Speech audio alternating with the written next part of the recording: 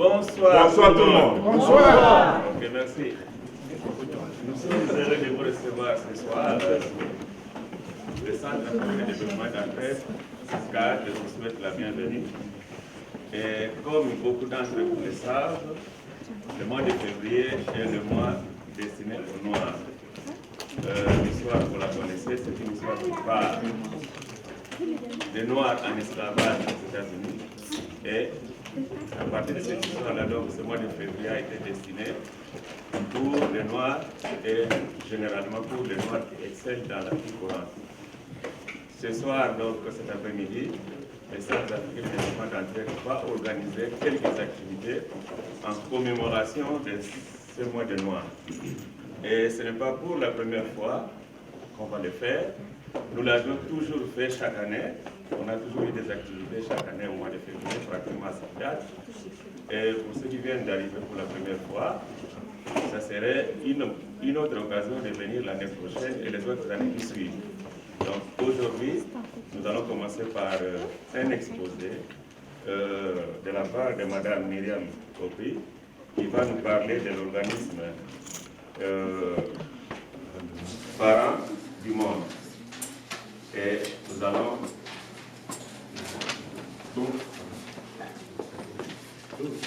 alors nous demandons à Mme Myriam de pouvoir avancer avant que vous soyez. Je sais, je vous souhaite tous un bon divertissement et bon samedi. Merci. Ça, je voudrais vous présenter quand même certaines personnes. Nous avons notre privé de la mission d'Afrique. Notre-Dame d'Afrique, M. l'abbé Jacques Luciton, pour vous présenter.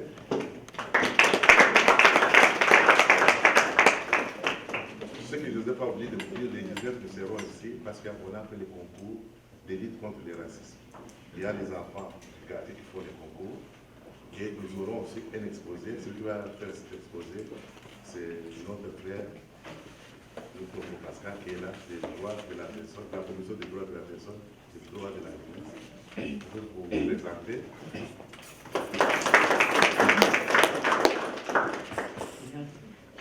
Et il y a les représentants des organismes qui sont dans la salle, je vous salue aussi. Les gens de la communauté congolaise, je vous salue, la communauté haïtienne. Je vais vous asseoir là, j'ai la simplicité pour moi. Oui, on va risquer de. Je pense qu'on nettoie. Puis, on va Très bien, allez-y. Alors, bonsoir à tous et à toutes. Merci au Centre africain de développement et d'entraide de nous accueillir aujourd'hui. Je les remercie de nous permettre de faire le lancement officiel de l'organisme Parents du Monde Québec. Nous sommes trois à représenter l'organisme, surtout en ce mois de l'histoire des Noirs. Alors, mon nom est Myriam Kopri, je suis la coordonnatrice de cet organisme-là. Je suis psychologue de formation. Et Parents du Monde a été créé, est en activité depuis 2 ans et officiellement créé depuis quelques mois. Alors, face au constat, vous savez, de la surreprésentation de la communauté noire, des communautés immigrantes dans les différents services, alors que ce soit au niveau de la DPJ ou au niveau des services sociaux, postes de police ou des crochets scolaires, les statistiques nous indiquent que les enfants de la communauté, des communautés immigrantes, ont de grandes difficultés. Face à cela, donc, un groupe de professionnels que nous sommes, nous avons décidé de porter assistance et d'aller aider les parents face à cette problématique. Pour ce faire, donc, différents professionnels, que ce soit les travailleurs sociaux, les psychoéducateurs, se sont mis ensemble et pour redonner vraiment le pouvoir, l'opportunité aux parents d'exercer leur rôle parental avec beaucoup de discernement. On sait très bien que l'immigration apporte beaucoup de difficultés, vous savez tous, il y a beaucoup de parents qui immigrent pour les enfants. Alors quand il y a des difficultés avec eux, tout le projet de migratoire est affecté. Ça influence toute la famille. Alors évidemment, l'idée, c'est de pouvoir donner une interface, on appelle ça une interface, c'est-à-dire qu'au lieu, avant qu'il y a situation aille beaucoup plus loin que nécessaire, que les parents trouvent un espace, un endroit où ils peuvent discuter, parler, nommer le problème, et que nous, on puisse pouvoir les accompagner. C'est un accompagnement qui se fait à domicile, donc c'est un accompagnement de proximité, il n'est pas nécessaire que la personne se déplace. Donc nous, on veut vraiment aller rejoindre les parents. Nous avons une vision, on va dire, holistique de la famille. C'est-à-dire qu'une famille, ce sont des parents et des enfants. Sans les parents, il n'y a pas d'enfants. Alors les parents sont vraiment au centre de nos préoccupations. Les parents et les enfants, on les entend, ils ont la parole et on veut vraiment régler le problème de manière globale et pas un élément séparé. Donc comme je vous disais tout à l'heure, nous sommes plusieurs. Alors on a deux secteurs, le secteur des parents qui est fait par M. Yannick Fouda et le secteur des jeunes par Karine Foucault. Donc je laisserai la parole à Yannick pour vous présenter le secteur des parents. Bonsoir tout le monde. Bonsoir. Vous allez bien? Ça va bien? Alors, je m'appelle Yannick, je suis d'origine camerounaise et j'ai fait des études en psychoéducation. Qui sait c'est quoi un psychoéducateur ici? Non, personne. Pas de problème. Le jour où j'ai dit à mes parents que je faisais la psychoéducation, ma mère m'a dit, mais tu t'es perdu ou quoi? Il faut faire finance, il faut faire économie. J'étais en informatique, j'avais fait de l'informatique et j'avais commencé à travailler en informatique.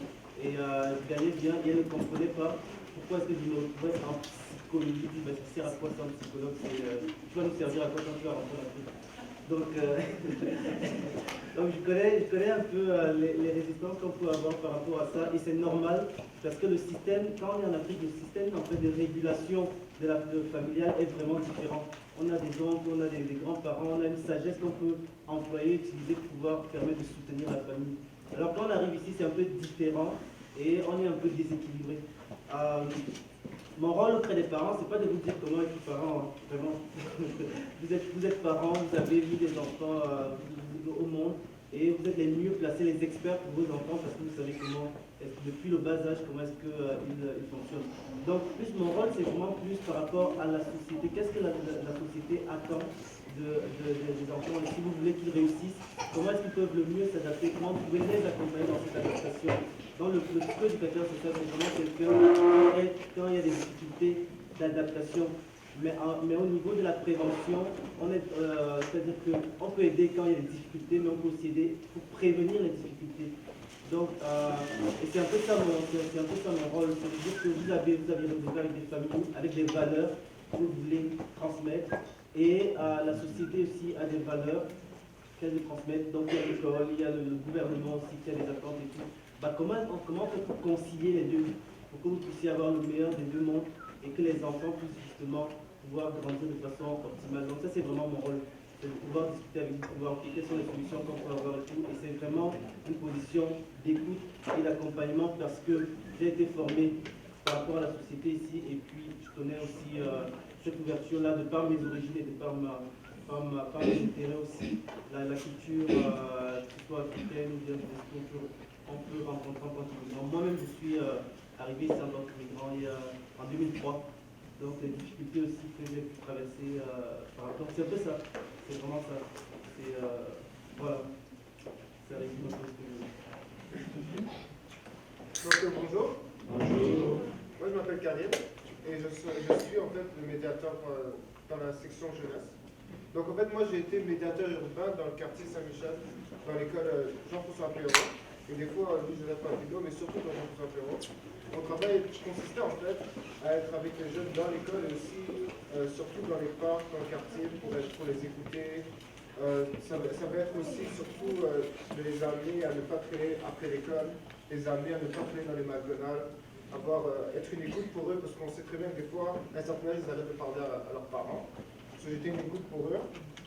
Par la suite, en fait, ce que j'ai fait, par la suite, ce que je fais maintenant, dans le secteur jeunesse en parlant du monde, c'est d'aller à domicile chez les jeunes et de les écouter, d'être avec eux jour après jour, pas jour après jour, mais d'être avec eux, de les écouter parler, de voir quelles sont leurs passions, s'ils ont des personnes qui veulent développer, essayer de les aider à les développer, par exemple dans le monde de la musique ou dans le monde du sport, parce que moi par exemple je pratique la boxe, les aider vraiment à développer une passion, à avoir une vision positive, parce qu'on sait des fois que très bien, des fois quand les gens on tourne dans des endroits où on ne devrait pas aller, et si certains en sont déjà rendus là, peut-être les écouter pour les ramener avec eux. Et voilà.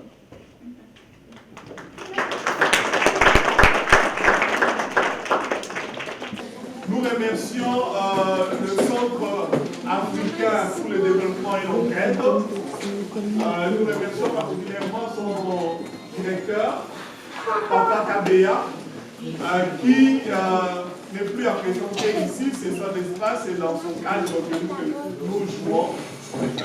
Moi, je tiens à le remercier parce qu'il nous donne l'occasion justement de combiner le communautaire et l'artistique. C'est très important que nos enfants, que nos jeunes puissent voir d'autres activités qui pourraient peut-être les intéresser dans le futur. Nous avons l'ambition ou l'intention d'ouvrir un centre de formation en art dramatique des jeunes des communautés. Si vous allez dans les grands théâtres, vous allez sur Saint-Denis, vous allez dans les grands théâtres, vous allez trouver rarement des publics noirs. Souvent dans les salles de théâtre, les publics noirs sont presque inexistants, mais aussi les acteurs noirs sont inexistants. Donc, nous devons créer une pépinière pour que nos jeunes puissent arriver à performer aussi artistiquement. Voilà. Mais si vous n'avez pas encore compris, le spectacle a déjà commencé. Donc ça fait partie du spectacle en fait. Donc je suis en costume en train de jouer devant vous. Donc je suis en train de performer. Ça nous amuse beaucoup et nous sommes fiers que vous soyez si nombreux aussi, parce que ce n'est pas drôle de jouer devant 4-3 personnes. Normalement, moi, ça ne me dérange pas. Mais pour les jeunes acteurs, c'est bon de voir l'assistance. Encouragez-les. Et vous allez voir particulièrement aujourd'hui, je fais travailler des jeunes pour ce spectacle. Vous verrez un peu le travail qu'on a fait. Et aussi, je tiens à remercier quelques personnes qui sont pour moi comme des partenaires ici dans cette salle, avec qui on a eu déjà à collaborer. Donc, je pense à M. Labé Zolochi. Je suis très content de le voir ici dans cette salle en ce moment. Voilà. De quoi s'agit-il?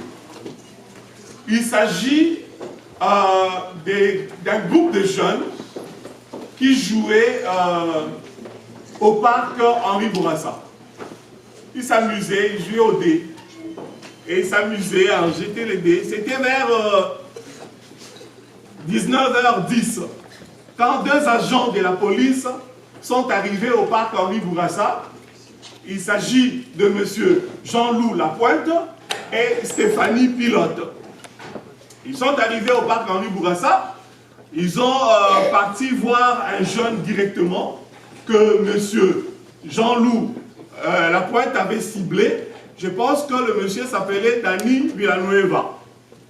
Et il a pogné par le bras, il a retourné, et puis sa coéquipière, Madame Stéphanie Lapointe, Madame Stéphanie Pilote, l'a empoigné l'autre bras, et puis l'ont retourné, et puis l'ont neutralisé. Et les autres jeunes qui étaient là, ils n'ont pas compris qu'est-ce qui se passait. Ça a duré à peu près 1 minute. Une seule minute, Freddy Villanueva mourra.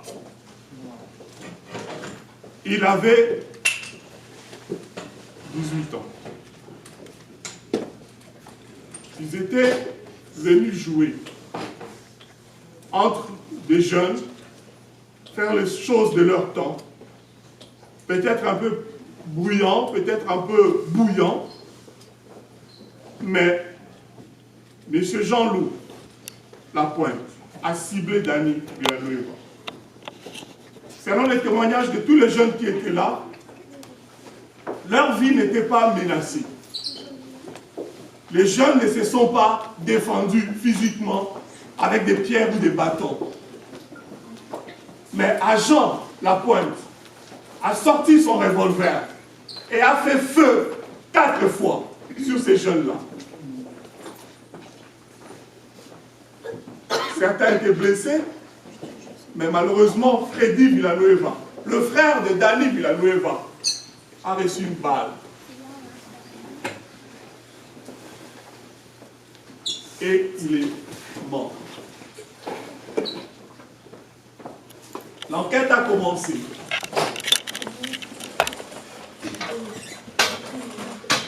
Mais la ville a dépensé près de 900 000 $ pour défendre ses agents. Mais la famille de Freddy Villanueva n'a rien eu. On a pris les jeunes, on est parti les questionner dans les bureaux de manière séparée. Alors que d'autres étaient même en train de prendre leurs médicaments à l'hôpital suite à leurs blessures. Les policiers les ont interrogés sur le lit de l'hôpital. Mais les deux agents, on les a laissés ensemble pour qu'ils puissent harmoniser leur version de fait. Et aujourd'hui où je vous parle, Freddy Villanueva est mort depuis 2008, le 9 août 2008 à 19h10. Mais l'agent Jean-Loup Lapointe est recyclé dans la police. Il est maintenant dans le SWAT québécois. La version SWAT, c'est l'équipe tactique. Et il travaille normalement. Madame Stéphanie Lapointe, elle aussi travaille à la police sans problème. Ce n'est pas tout ce qu'il y a de plus choquant. Il y a aussi la presse qui a falsifié les informations. Ce que je vous dis, c'est des informations officielles qui sont documentées et condamnées par notre gouvernement. Ils ont prouvé que la presse avait déformé l'information en disant que les agents se sont défendus parce que leur vie était en danger. Alors que les témoins ont dit que la vie des agents de police n'était pas en danger. Mais ils ont déformé l'information. Nous sommes en 2008, le 9 août, à 19h10. Pourquoi je vous raconte tout ça? Ce n'est pas le propos d'aujourd'hui. Mais je vous raconte tout ça pour vous dire que Marie-Joseph Angélique a été également jugée, accusée, jugée et condamnée par le système. En 1734, 1734, de 1734 à 2008, il s'est passé des siècles. Mais vous remarquez le parallèle qu'il y a entre les deux situations. Le déni de justice. Il nous appartient à tous, en tant que citoyens de ce pays, de faire en sorte que ça aille mieux pour tout le monde.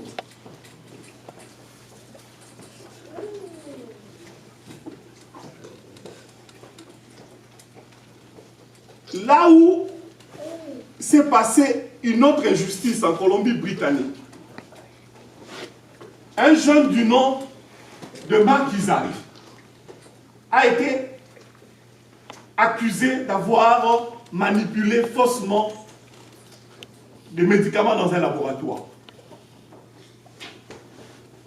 L'enquête l'a soupçonné.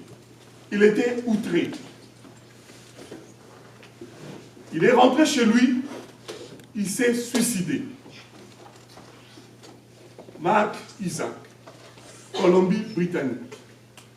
Le gouvernement de la Colombie-Britannique a présenté des excuses à la famille de Mark Isaac pour l'avoir soupçonné et que cela lui a causé de la peine et il s'est suicidé. Mais la famille de Freddy Villanueva n'a jamais reçu ce genre d'excuses. L'argent que la ville a dépensé pour défendre les avocats était 3 fois plus que ce que la famille de Freddy Villeneuve a demandé en dommages et intérêts pour la perte de vie, la jouissance à la vie de leur fils de 18 ans. Non, il n'y a pas de racisme au Canada. Il n'y a pas de racisme. Il y a des individus racistes. Mais ces individus racistes, quand ils sont dans le système, ils utilisent leur cœur raciste dans le système. Voilà pourquoi est-ce que nous devons nous battre tous, les uns à côté des autres, pour que les choses changent.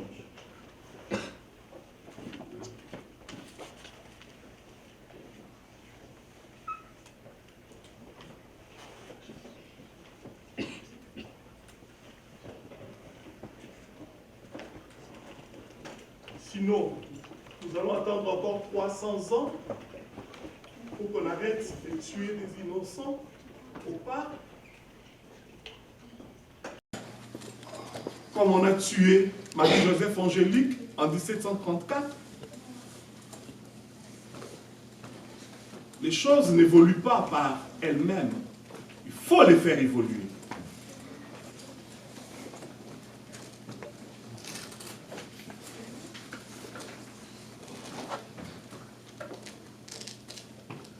Vous êtes d'accord avec moi? Voilà.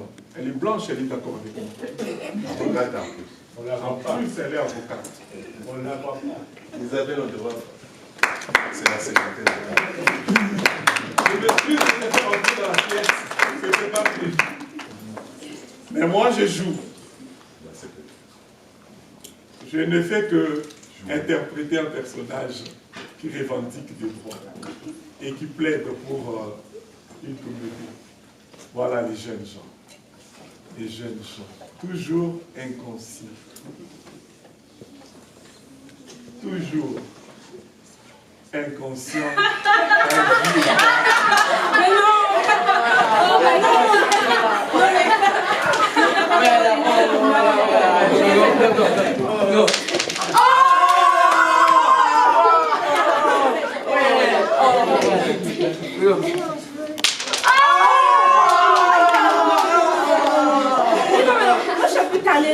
On pourrait pas juste danser, genre, mais la musique.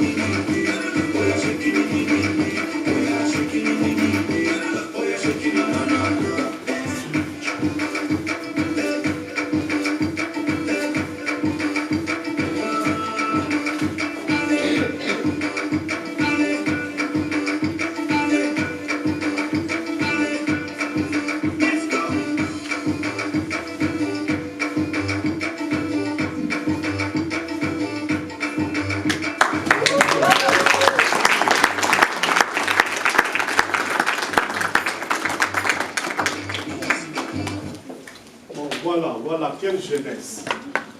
Bon. Ils font rien de mal. Mais supposons que l'agent la pointe passer par là.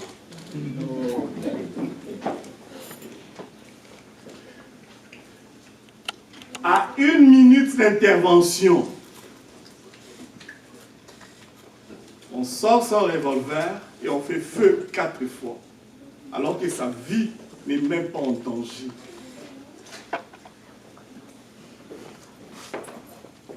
Les policiers, ils ont le droit de tirer. Je ne dis pas qu'ils n'ont pas le droit de tirer. Ils ont le droit de tirer. Parce qu'ils se battent contre des gangsters aussi. Des bandits armés aussi. Donc, si tu dis mets en l'air, mets les mains en l'air. Si tu dis stop, tu stops. Tu ne discutes pas avec la police.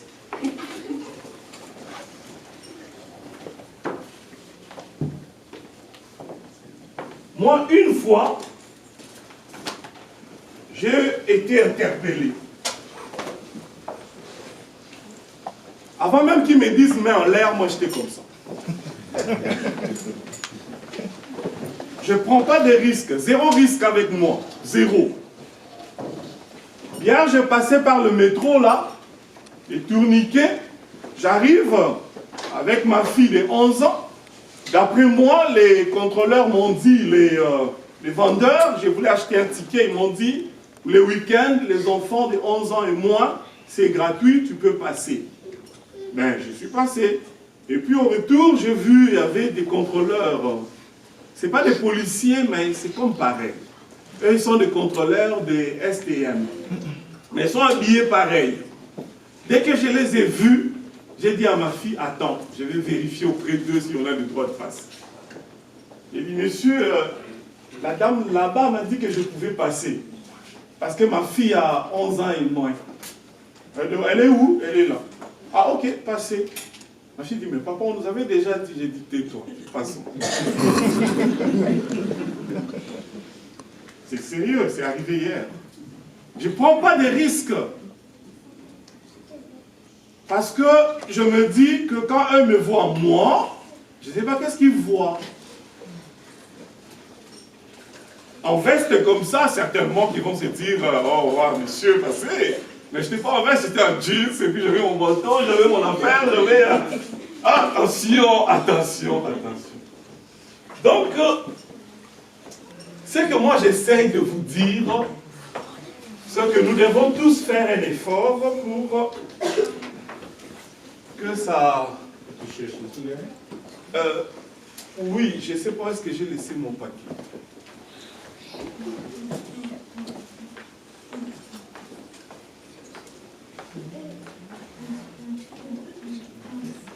Vous voyez la belle flamme, hein?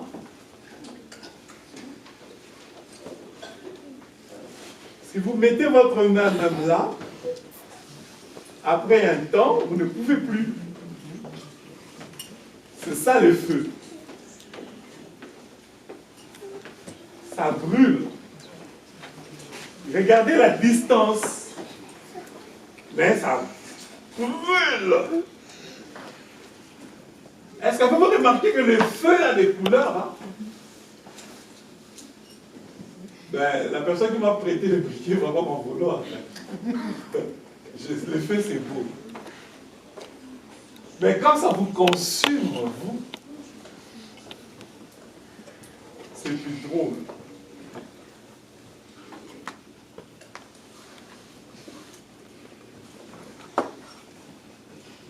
Est-ce que vous vous rendez compte que c'est la punition la plus aïe que Dieu a trouvée pour punir les diables? Dieu, dans la Bible, a dit que le diable, il va l'envoyer dans le feu. Imaginez le diable, lui qui est le mal incarné, le mal lui-même, c'est le diable. Dieu a dit que la punition la plus dure pour lui, c'est de le brûler au feu.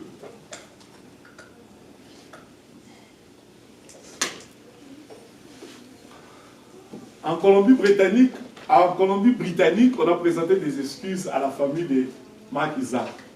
Savez-vous pourquoi?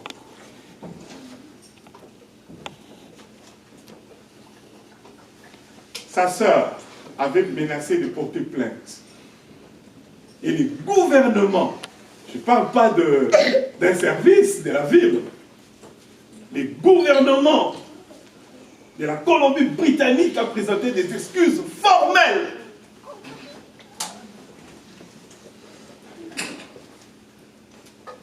D'après moi,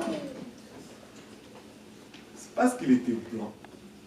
C'est plate à dire, mais d'après moi, Marc Isaac, s'il était noir, pensez-vous que le gouvernement allait présenter des excuses parce qu'on l'a soupçonné de quelque chose et qu'il s'est suicidé? Pensez-vous? On a tiré sur Freddy Villanueva, qui n'était même pas le suspect, c'était son frère. Mais ils n'ont pas présenté des excuses. La famille court encore pour demander justice. Alors imaginez en 1734, avec une esclave noire. 1734. On ne parle pas du mois d'automne. On ne parle pas de l'automne. 1734. Noir, ici au Québec, et esclave. Accusé d'avoir mis le feu qui a brûlé le vieux Montréal. Mais jugez-moi pas. Jugez-moi pas. Jugez-moi pas. Tuez-moi directement. Jugez-moi pas. Faites pas semblant de me donner un avocat con qui comprend rien à rien, qui fait semblant de me défendre mes intérêts, alors que le verdict est connu d'avance. Alors qu'on sait très bien qu'à la fin, je serai exécuté. Nom de Dieu, tuez-moi. On ne sait même pas encore jusqu'aujourd'hui si Marie-Joseph Angélique était innocente ou coupable. C'est elle qui avait mis réellement le feu. On n'en sait rien. Est-ce que c'était pas elle? On n'en sait rien.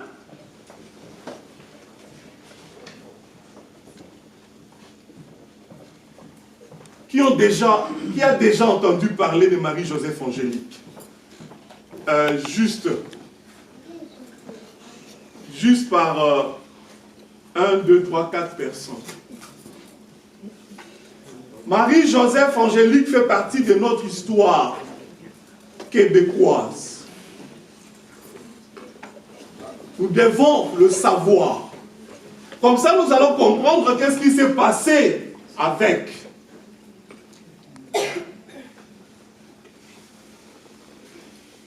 D'autres disent que non, elle était coupable, elle était esclave, elle voulait s'enfuir parce qu'on voulait peut-être la maltraiter. Elle a mis le feu pour trouver l'occasion de s'enfuir, mais elle voulait peut-être brûler la maison, mais puis ça a brûlé la ville. D'autres disent, mais on n'en a pas la preuve, on n'a pas jugé équitablement pour établir les faits. Est-ce qu'elle était coupable? Oui ou non? Oui ou non? Oui ou non? Non, écoutez, c'est pas moi. Écoutez, c'est pas moi. Oui, c'est moi. C'est moi, non. Non, je sais pas. C'est moi. Écoutez, c'est moi. Oui, c'est moi. Non, c'est pas moi. C'est pas moi. Je sais pas.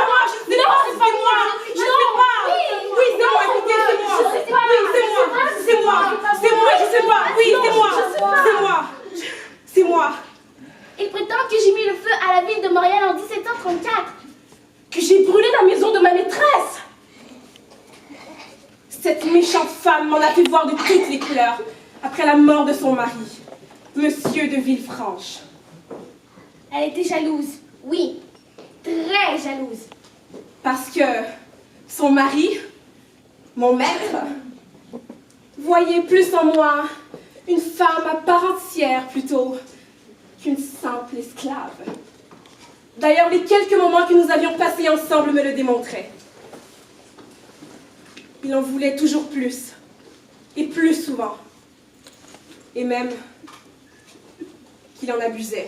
Oui, son mari était totalement obsédé par moi. Cela ne faisait pas l'affaire de la pauvre femme. Même si j'étais nourrie, logée et blanchie, dans tout le sens du terme. Après la mort de son mari, Monsieur François Poulain de Villefranche, j'ai ouï dire qu'elle voulait me vendre comme esclave. Mais il n'en était pas question. J'ai été affranchie par mon amant, mon maître. Et elle, Bah, quand j'ai appris ça, j'ai pris la fuite. Et au même moment, brûlait un feu. Un grand feu. Un feu de tous les diables qui a consumé 46 édifices, dont le couvent, la mairie et l'église. Santa Maria de Gracia. Je fus la cible parfaite. Une esclave fuyarde. après quelques temps seulement, ils m'ont rattrapée. Il faut dire qu'à l'époque, les Noirs ne couraient pas les rues. Enfin, je veux dire qu'ils ne passaient pas inaperçus. J'étais une petite minorité très visible. Et en plus, j'étais traquée comme une bête sauvage. Évidemment, j'ai été reprise et condamnée à cause des accusations portées contre moi et sur la déposition d'un enfant de 5 ans. Amable. Amable. C'est comme ça qu'elle s'appelait, la petite démone.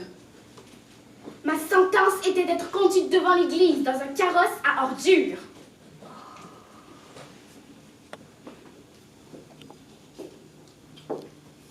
Marie-Joseph Angélique.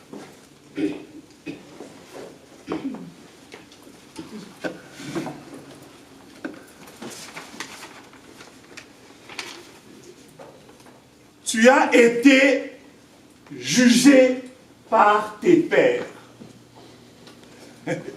Tes pères, c'est supposer les gens comme toi qui... Elle était noire. Et condamné à faire amende honorable, nu en chemise, la corde au col, tenant en ses mains une torche ardente du poids de 2 livres, au devant de la porte et entrée de l'église paroissiale de la ville de Montréal. Devant l'église, où tu seras menée et conduite par l'exécuteur de la haute justice dans un tombereau servant à enlever les immondices, ayant écriteau devant et derrière avec les mots incendiaire. Et là, tête nue et à genoux, déclarer que méchamment, J'ai mis le feu et causé le dit incendie. tu as mis le feu et causé le dit incendie.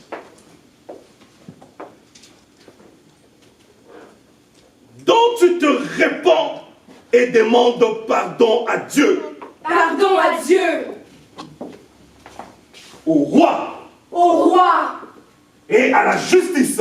et à la justice. C'est fait avoir le poing coupé sur un poteau qui sera planté au devant de la dite église, après quoi sera mené par le dit exécuteur dans le même tombereau, carrosse à ordures, à la place publique pour y être attaché à un poteau avec une chaîne de fer et brûlé vive, son corps réduit en cendres et celle-ci jetée au vent.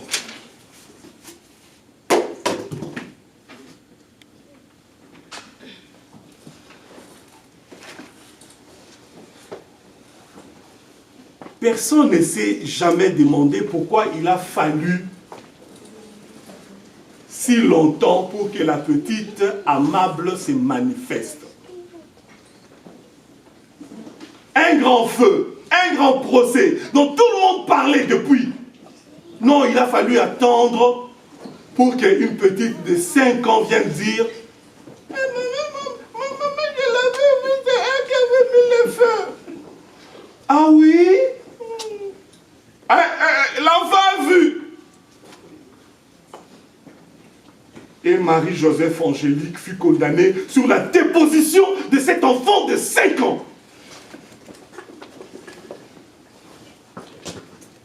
D'après moi, il fallait trouver un coupable. La ville avait pris feu. Il y avait de grosses pertes. Il fallait faire porter le chapeau à quelqu'un. Il faut chercher. Qui? Oh, tiens. Justement, il y a une petite négresse juste là. Pourquoi pas elle? Esclave. Qui va la plaindre? Qui va faire des enquêtes après? Qui va venir revendiquer quoi que ce soit?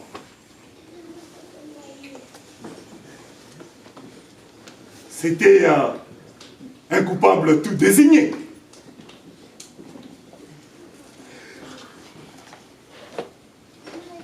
Ils ont attaché fermement les jambes entre des planches de bois dur et ont inséré à coups de maillet un coin de bois, appliquant ainsi une pression croissante qui écrase progressivement ses jambes.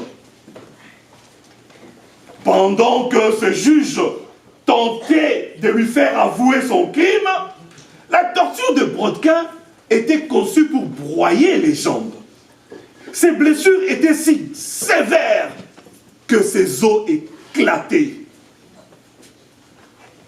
Et cette torture moyenâgeuse lui fut infligée par un certain Mathieu Léveillé, un esclave noir, bien évidemment. J'ai fini par avouer immédiatement mon crime, tout en suppliant que moi, et que moi seul avait mis le feu. J'ai imploré le tribunal de mettre un terme à mes souffrances et de me pendre. Et la même journée, le 21 juin 1734, au cours de l'après-midi, elle fut menée une dernière fois à travers les rues de Montréal et après un arrêt devant une église, on la monta sur un échafaudage face à des ruines des bâtiments détruits par le feu. Elle fut pendue, étranglée, jusqu'à ce que mort s'en suive. Son corps fut jeté dans le feu et ses cendres dispersées au vent.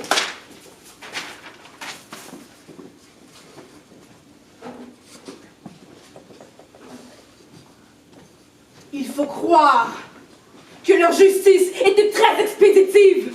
Et j'espère seulement que celle de Dieu Tout-Puissant en fera autant à l'égard de leurs âmes qui vont brûler en enfer. Kamunu kondolo mama kabibanga ngwanzile. Kamunu kondolo yaya kabibanga ngwanzile. Ambadi mama aya ya munwe. Aya ya munwe. Ya munolu fwa lwankami. Ya munolu fwa lwankami. Kamunu kondolo ya kabibanga ngwanzile. Kamunu kondolo ya kabibanga ngwanzile. Marie-Joseph ya munwe. Ya munwe. Ya munwe lufo lwankami. Ya munwe lufo lwankami. Et ces cendres dispersées au vent.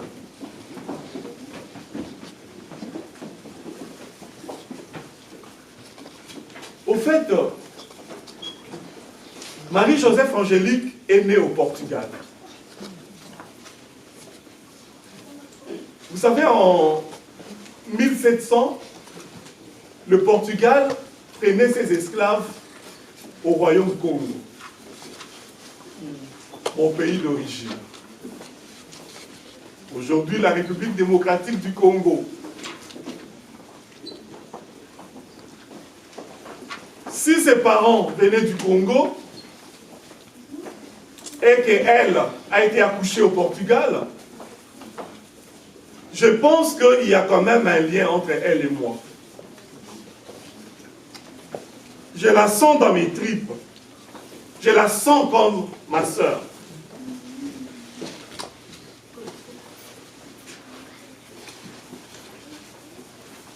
Marie-Joseph Angélique fut vendue à un homme riche québécois qui l'aimait bien, mais sa femme ne l'aimait pas du tout. C'est quand l'homme est mort que la femme a persécuté Marie-Joseph Angélique et elle a senti le besoin de s'enfuir. Mais de toute façon, elle devait s'enfuir. Le feu que Marie-Joseph Angélique a mis, c'était pour brûler ses chaînes.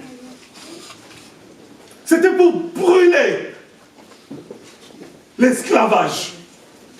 C'était pour brûler l'écrasement, la servitude. Si c'est elle qui avait mis les feux. Hé, Joseph, t'as bien fait. T'as bien fait. Vous m'attachez dans des chaînes, vous me réduisez en esclavage, je brûle la ville.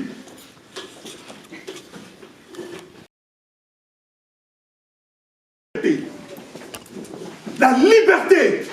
La liberté! Ça me rappelle la phrase de Jim Rousseau dans... Comment s'appelle le film Amistad? Il faut nous libres. Il faut nous libres. Mais ce n'est pas une raison pour glisser dans le terrorisme, papa. C'est pas bon, ça. On ne va pas aller devenir... Non, jamais. Parce qu'il y a des moyens prévus par la démocratie et notre système de gouvernement pour prévaloir nos droits. Nous devons nous unir dans des causes communes, devenir une force pour qu'on nous respecte. Terroriste, terroriste, tu veux rire? Toi, tu amènes ton petit fusil là, tu sais combien ils en ont les autres. Tu ne gagneras pas comme ça.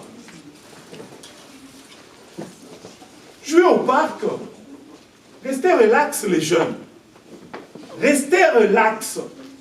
Et puis, après tout, hein, 1734, ben, c'est fini, quoi. Hein?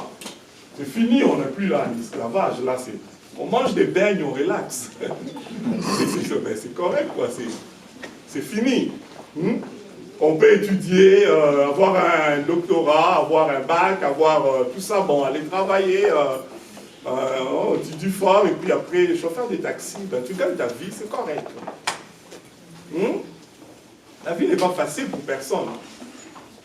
Étudier fort, et puis avoir un gros diplôme comme ça, là, vous pouvez avoir la chance d'être infirmière, quelqu'un, quelque part.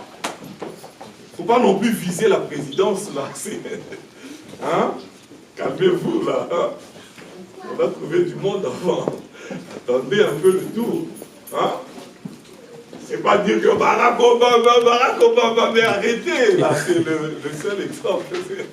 On se calme. Mais il faut continuer la lutte. Il faut faire valoir cette voix. Mais n'allez pas dans des gangs de rue. N'allez pas vous massacrer entre vous, nom de Dieu. Relax. oubliez tout ça. Hein, les jeunes?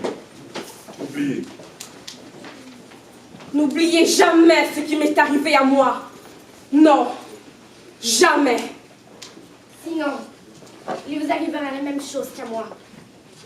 Freddy Villanueva avait oublié l'histoire. Il jouait tranquillement et de manière insouciante au jeu de dés au parc Henri Bourassa. Jusqu'à ce que les 4 balles de Monsieur Lapointe lui rappellent l'histoire.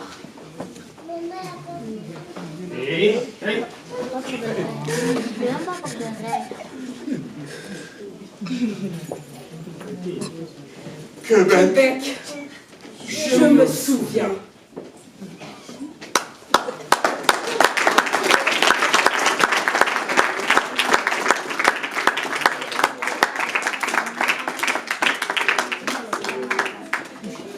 Laissez-moi une pour que je me rappelle. Merci beaucoup pour votre attention. C'était cette création que nous avons vous présenter. Je vais aussi vous présenter les personnes qui m'ont accompagné aujourd'hui. Elles ont travaillé fort pour cette mise en scène. Dans le rôle de Marie-Joseph Angélique, Benecha Mutumba.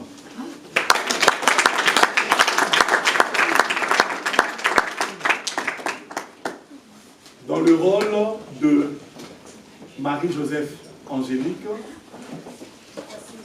Kamita Mutumba.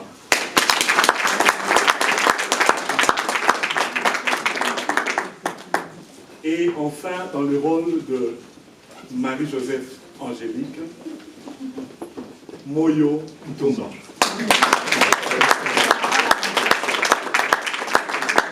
Vous avez constaté que ce sont des sœurs et ce sont mes filles. Wow.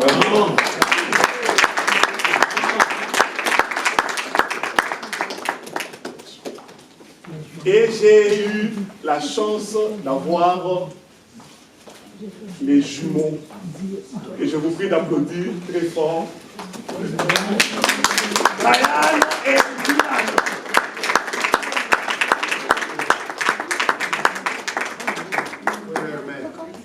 Et leur mère est partie travailler aujourd'hui.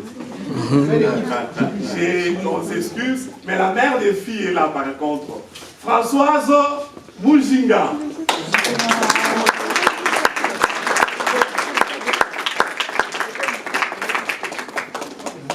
Donc, si vous avez des petits jeunes là qui veulent pratiquer l'art dramatique, contactez Mabaka Beya au cadre. Nous avons des programmes pour former des jeunes dans l'art dramatique. Donc, si ça vous intéresse, vous avez des jeunes à la maison, amenez-les, ça les aide aussi à ne pas aller trop au parc. Hein.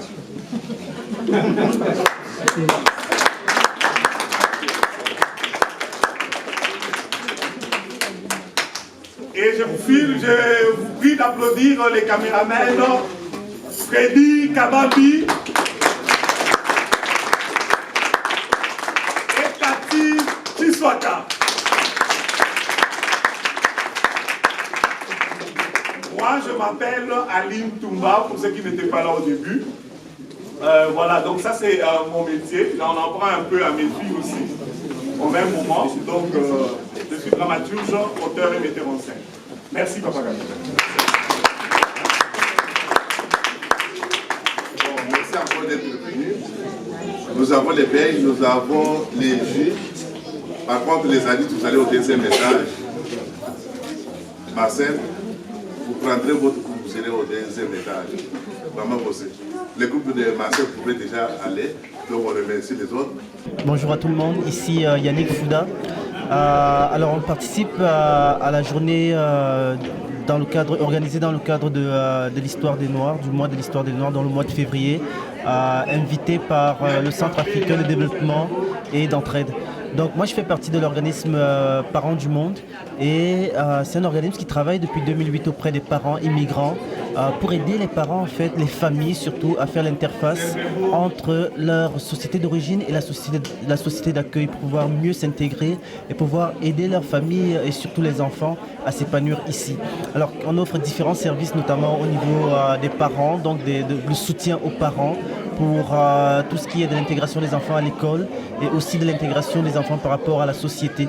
Ce qu'on offre aussi, c'est de l'accompagnement pour les enfants, et toute l'idée un peu derrière ça, est basée sur les statistiques actuelles qu'on a, de savoir que la population immigrante et noire, donc africaine, est surreprésentée dans les services de la jeunesse, par exemple, des directions de protection de la jeunesse et dans les prisons et autres.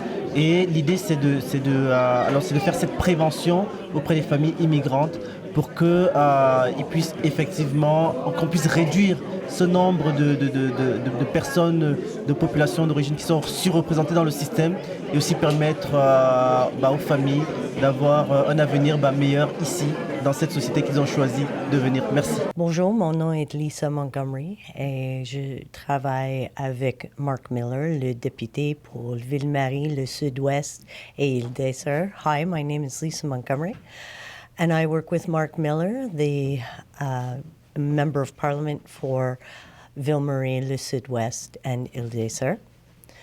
Je voudrais me donner mes propres félicitations à CAD, the Center for African Aid and Service to the Community.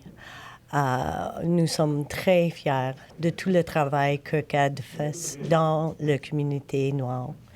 We would like to celebrate and wish everyone a wonderful Black History Month and all that this great organization does for the community here in Little Burgundy and Point St. Charles and the Sud-West. I thank you, and we hope to have a long and strong working relationship avec CAD et M. Kabea en service de toute la communauté. Oui, bonjour, chers téléspectateurs. Nous tenons d'abord à remercier Congo Mikili qui ne cesse de nous encourager dans nos activités. Yves, à la maison, on te salue, on salue toute l'équipe. Nous vous remercions de tout ce que vous faites pour nous. Je pense que pour que la communauté soit forte, il faut qu'on soit unis. Unis veut dire tous ensemble. Et comme on vient de voir notre pièce de théâtre, on demande l'unité pour réussir. Seul, on ne peut pas. Donc aujourd'hui, le Centre africain de développement et d'entraide que je représente, donc moi, M. Kabea, je ne me suis pas présenté, Liévin Moudouambouji Kabea, je suis le président du Centre africain de développement et d'entraide. Ce centre a été créé depuis 2001 et toujours dans notre ligne de conduite, nous avons organisé aujourd'hui une pièce de théâtre sur Marie-Joseph Angélique. Marie-Joseph Angélique qui a été condamnée au XVIIIe siècle. Elle était esclave, elle était née au Portugal, des parents qui venaient du Royaume du Congo, bien sûr d'Angola, parce que l'Angola faisait partie du Royaume du Congo. Et c'est Aline Toumba qui a présenté cette pièce de théâtre. Et comme vous allez les voir, les images, comme vous allez voir les images, la salle était pleine. Mes chers amis, je pense que si on continue comme ça, des gens penseront à nous et nous allons prendre notre place dans cette société. Il n'y a personne à qui appartient le Québec, il n'y a personne à qui appartient le Canada, c'est nous tous. Si on ne se met pas debout, si on ne se tient pas dans la main, si on n'appuie pas les gens qui font quelque chose, je pense qu'on va échouer. Mais pour réussir, restons tous ensemble, restons unis. C'est dans l'unité que nous pouvons bâtir notre communauté. C'est dans l'unité que nous pouvons faire une communauté forte, digne, que tout le monde admire. Pourquoi maintenant on a les députés des autres communautés et pas nous? Pourquoi on a des élus municipaux des autres communautés et pas nous? C'est parce que nous sommes dispersés. Taisons nos différends, taisons notre égoïsme, travaillons ensemble. Je vous remercie. Bonjour, je m'appelle Chelsea. Je félicite Coco Liévin.